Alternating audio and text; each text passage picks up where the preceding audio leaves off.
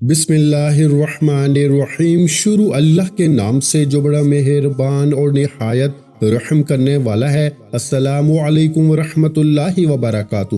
محترم ناظرین کرام، شب معراج یہ 6 رکعت نفل پڑھنا اللہ پاک کو بہت پسند ہے۔ یہ پڑھ کے جو دعا مانگو گے نا قبول ہوتی ہے۔ ناظرین کرام، 27 رجب شب معراج وہ عظیم اور بابرکت رات جس میں آسمانوں کے دروازے کھول دیے گئے، رحمتیں نازل ہوئیں اور محبوب خدا صلی اللہ علیہ وآلہ وسلم کو وہ مقام عطا ہوا جس کا تصور بھی عقل انسانی نہیں کر سکتی۔ یہی وہ مقدس رات ہے جس میں اللہ تعالیٰ کو ایک خاص نماز اس قدر محبوب ہے نا کہ جو بندہ خلوص دل سے اس نماز کو ادا کر لیتا ہے وہ اللہ کی محبت میں آ جاتا ہے، اللہ کا محبوب بندہ بن جاتا ہے، بلکہ اللہ کا دوست کہلانے لگتا ہے۔ میں خود اس نماز کو ادا کرنے کے لیے پورا سال بے چینی سے انتظار کرتا ہوں، اور آج آپ بھی اس عظیم نعمت سے محروم نہ رہ جائیں۔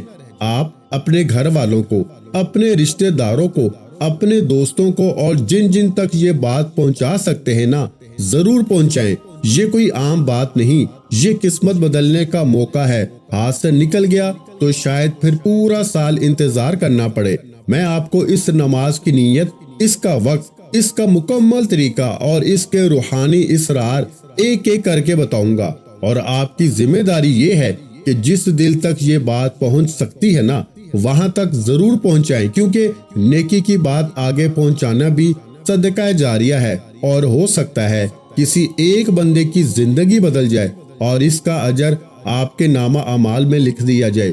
حضرت سیدنا ابو ہریرہ رضی اللہ تعالی عنہ سے منقول ہے کہ نبی کریم صلی اللہ علیہ وآلہ وسلم نے معراج کی رات ایک ایسا سمندر ملاحظہ فرمایا جس کی وسعت کو رب ذوالجلال کے سوا کوئی نہیں جانتا۔ اس سمندر کے کنارے پر ایک عظیم و شان فرشتہ ہے جو پرندے کی مانند ہے، اور اس کے 70,000 پر ہیں۔ جب کوئی بندہ ایک مرتبہ سبحان اللہ کہتا ہے تو وہ فرشتہ اپنی جگہ سے حرکت کرتا ہے۔ جب الحمدللہ کہی جاتی ہے نا تو وہ اپنے پروں کو پھیلا دیتا ہے۔ جب بندہ لا الہ الا اللہ کہتا ہے تو وہ فرشتہ پرواز کرتا ہے، اور جب اللہ اکبر کہا جاتا ہے نا تو وہ اپنے پروں سمیت خود کو اس سمندر میں گرا دیتا ہے۔ پھر جب بندہ لا حول ولا قوت الا باللہ العلی العظیم پڑھتا ہے تو وہ فرشتہ سمندر سے باہر آ کے اپنے پروں کو جھاڑتا ہے، اور اس کے ہر پر سے 70,000 قطرے گرتے ہیں۔ اللہ تعالیٰ ہر قطرے سے ایک نیا فرشتہ پیدا فرماتا ہے جو قیامت تک اس کلمہ پڑھنے والے بندے کے لیے تسبیح کرتا رہتا ہے، اس کے لیے مغفرت کی دعا کرتا رہتا ہے، اور اس کے درجات کی بلندی کا سبب بنتا ہے۔ ذرا سوچئے وہ بندہ کتنا خوش نصیب ہوگا نا، کتنا مقدر والا ہوگا جس کے لیے قیامت تک فرشتے دعا گو ہوں گے۔ اور آج میں آپ کو جو تسبیحات بتانے والا ہوں ان کو الگ الگ توجہ اور یقین کے ساتھ ادا کرنا ہے۔ جو شخص بھی 27 رجب شب معراج کو اپنی قسمت بدلنا چاہتا ہے، بگڑا ہوا مقدس سنوارنا چاہتا ہے، رب کی رحمتوں کو اپنی طرف متوجہ کرنا چاہتا ہے نا، نیکیوں کا خزانہ جمع کرنا چاہتا ہے، اپنے گناہوں کی معافی چاہتا ہے، اپنے والدین کی بخشش چاہتا ہے، اپنے گھر والوں کے لیے آسانیاں چاہتا ہے، اپنے گھر میں خوشحالی، سکون اور برکت دیکھنا چاہتا ہے، اپنے رزق میں وسعت، مال میں برکت اور زندگی میں اطمینان چاہتا ہے، تو وہ اس اللہ کی محبوب نماز اور پسندیدہ عمل کو ضرور ادا کرے۔ جس طرح اللہ تعالیٰ نے بعض دنوں کو بعض دنوں پر فضیلت عطا فرمائی، بعض راتوں کو بعض راتوں پہ بزرگی بخشی، بعض بندوں کو بعض بندوں پر فوقیت دی، اسی طرح تمام نبیوں میں سے سب سے بلند مقام ہمارے آقا مولا حضرت محمد مصطفیٰ صلی اللہ علیہ وآلہ وسلم کو عطا فرمایا۔ اور شب معراج اسی عظمت، اسی فضل اور اسی قرب الہی کی روشن دلیل ہے۔ یہ رات غفلت میں گزارنے کے لیے نہیں، یہ رات قسمت بدلنے کے لیے ہے۔ جو اس رات کو پا کر بھی محروم رہ گیا وہ واقعی بہت بڑے خسارے میں ہے۔ اسی طرح بعض راتیں ہیں، بعض ایام ہیں، فضیلت والی راتوں میں سے شب قدر ہے، شب برات ہے، شب معراج ہے، شب عید ہے۔ یہ راتیں اللہ تعالیٰ کو بہت زیادہ پسند ہیں، یہ قبولیت والی گھڑیاں ہیں۔ ان قبولیت والی گھڑیوں میں بندہ ہاتھ پھیلا کے رب کریم سے جو مانگتا ہے نا، جتنا مانگتا ہے، جیسا مانگتا ہے، اسے غیب سے عطا کیا جاتا ہے۔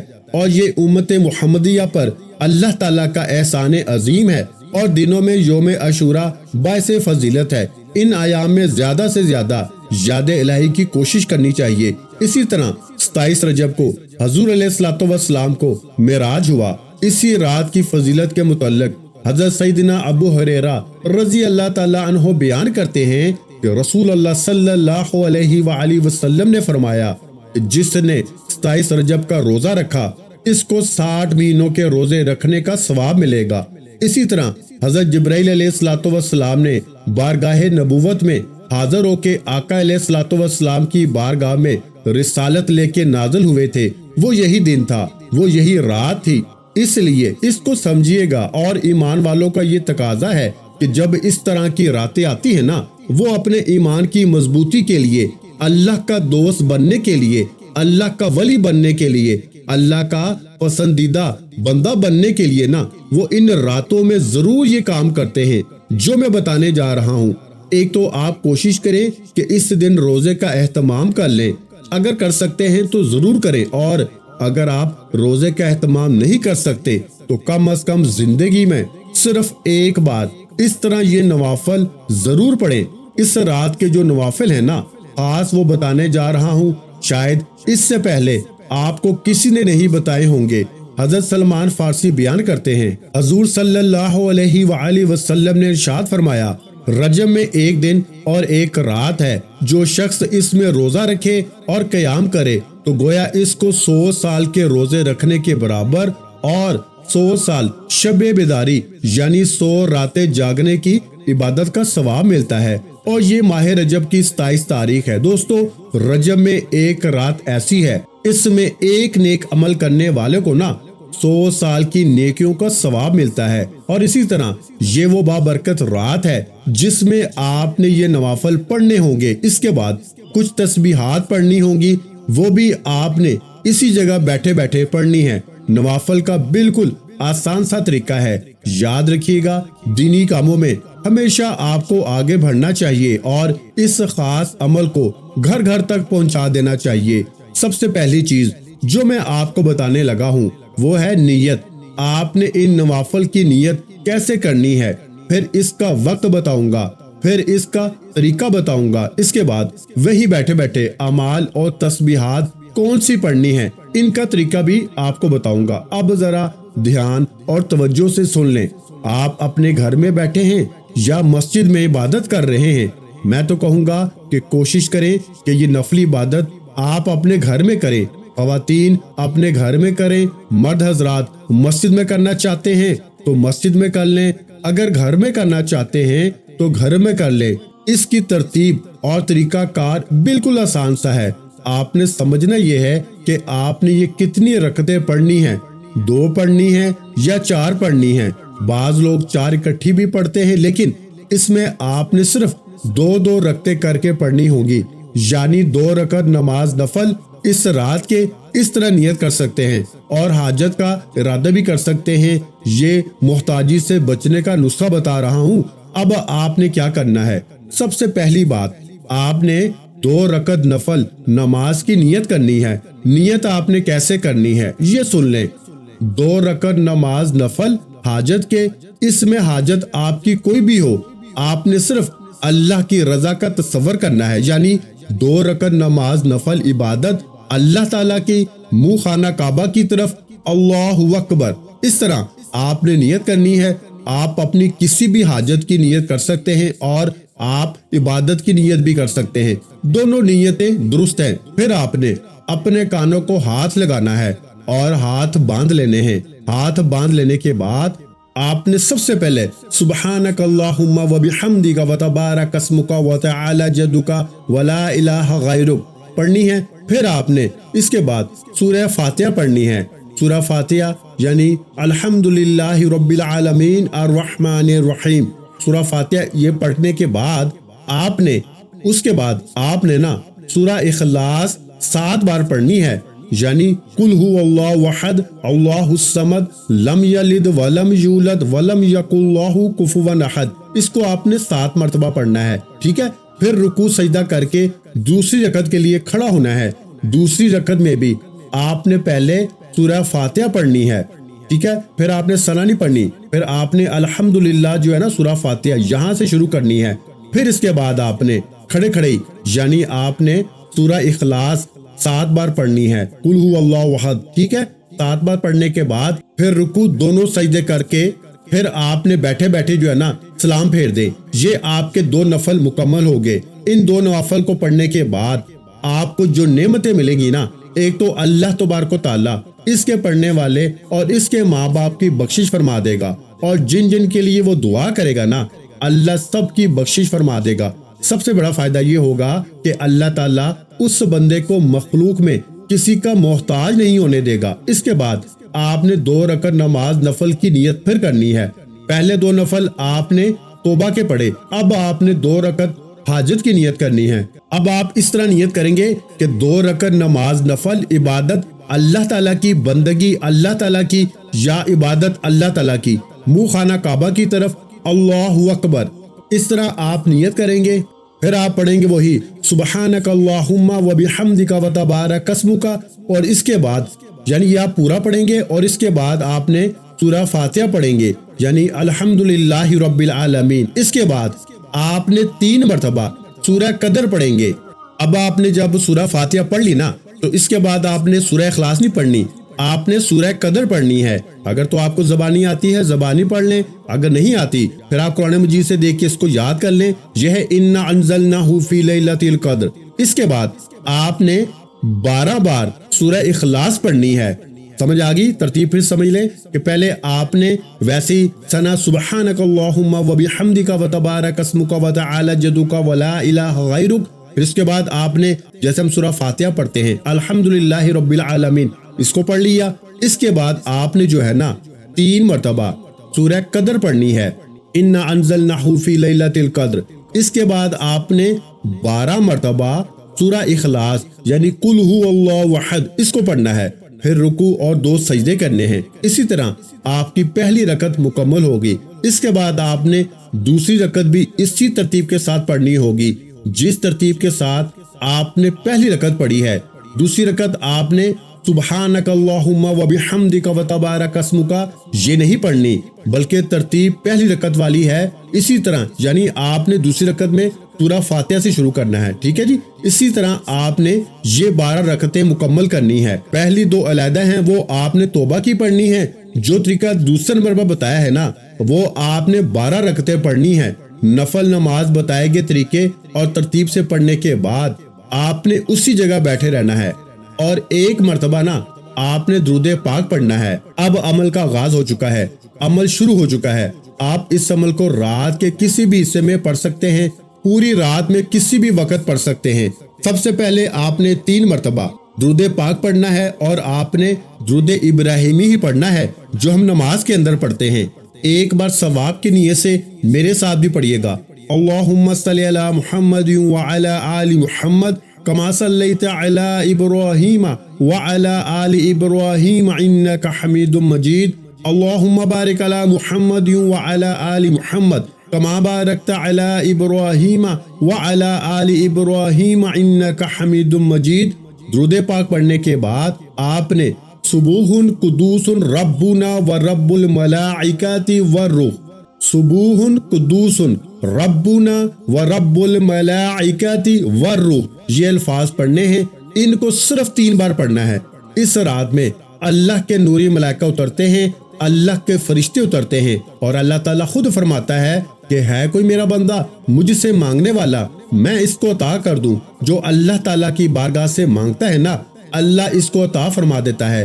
حضرت سیدنا علی مرتضیٰ شیر خدا رضی اللہ تعالیٰ عنہ بیان کرتے ہیں کہ جب یہ رات آتی ہے نا تو اللہ تعالیٰ آسمان پہ دنیا کی طرف نزول رحمت فرماتا ہے اور اعلان کرتا ہے کوئی مانگنے والا میں اسے عطا کروں، ہے کوئی مجھ سے بخشش مانگنے والا میں اس کو بخش دوں، ہے کوئی رزق مانگنے والا میں اس کو رزق دوں، ہے کوئی مصیبت زدہ مصیبت سے نجات مانگنے والا میں اس کو نجات دے دوں، ہے کوئی مجھ سے اولاد مانگنے والا، میں اس کو اولاد دے دوں، ہے کوئی حج کی نیت کرنے والا کہ اس کو حج کروا دیا جائے، یا جو کچھ بھی مانگنا چاہتے ہیں نا آج مانگ لو، میں عطا فرمانے کے لیے تیار ہوں۔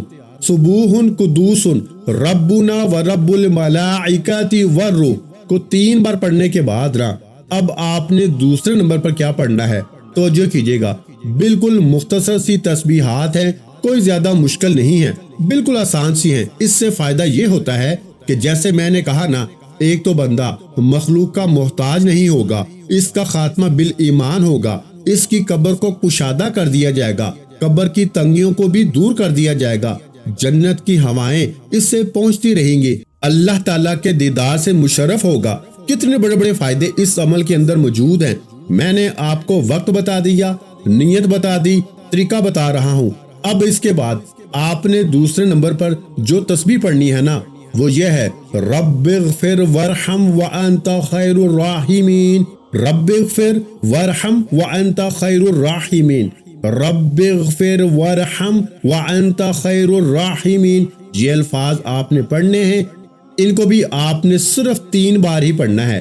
اس کے بعد آپ نے ایک بار درود پاک پڑھنا ہے، پھر اس کے بعد آپ نے استغفر اللہ ربی من کل ذنب واتوب علیہ، استغفر اللہ ربی من کل ذنب واتوب علیہ، استغفر اللہ ربی من کل ذنب واتوب علیہ کو 100 بار پڑھنا ہے۔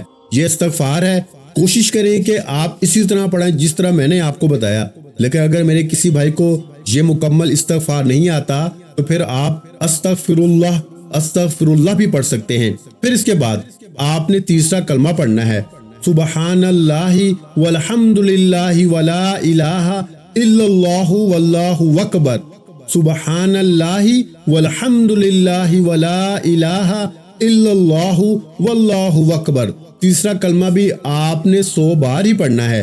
اگر تو آپ واقعی سنجیدہ ہیں اور اس رات کی ساری برکتیں سمیٹنا چاہتے ہیں نا تو پھر آپ نے یہ سارا عمل بتائے گئے طریقے اور ترتیب سے لازمی پڑھنا ہے۔ اس کے علاوہ کوئی نفل پڑھنے کی ضرورت اور حاجت نہیں پیش آئے گی۔ اسی طرح یہ جو نوافل میں نے آپ کو بتائے ہیں نا، یہ آپ نے 12 رکعت 2 کر کے پڑھنے ہوں گے، اسی ترتیب کے ساتھ۔ جو ترتیب میں نے آپ کو بتائی ہے، زندگی بھر کی آسانیاں آپ کے مقدر میں لکھ دی جائیں گی انشاءاللہ۔ عمل کی مکمل ترتیب یہ ہوگی کہ سب سے پہلے آپ نے 2 رکعت نفل نماز توبہ کے پڑھنے ہیں جو ترتیب بتائی ہے۔ اس کے بعد 12 رکعت نفل نماز حاجت کی پڑھنی ہے جو ترتیب بتائی ہے۔ پھر اس کے بعد آپ نے وہیں بیٹھے بیٹھے جگہ چھوڑے بغیر 3 بار درود ابراہیمی پڑھنا ہے، پھر 3 بار سبوح قدوس ربنا و رب الملائکۃ والروح کو پڑھنا ہے، پھر 3 بار رب اغفر وارحم وانت خیر الراحمین اس کو پڑھنا ہے، پھر اس کے بعد 3 بار درود پاک پڑھنا ہے، پھر اس کے بعد 100 بار استغفر اللہ ربی من کل ذنب واتوب علیہ اس کو پڑھنا ہے، پھر اس کے بعد تیسرا کلمہ سبحان اللہ والحمد للہ ولا الہ الا اللہ واللہ اکبر کو بھی 100 بار پڑھنا ہے۔ یہ مکمل ہوتے ہی آپ نے فوری طور پر اپنے گناہوں کی سچی توبہ کرنی ہے۔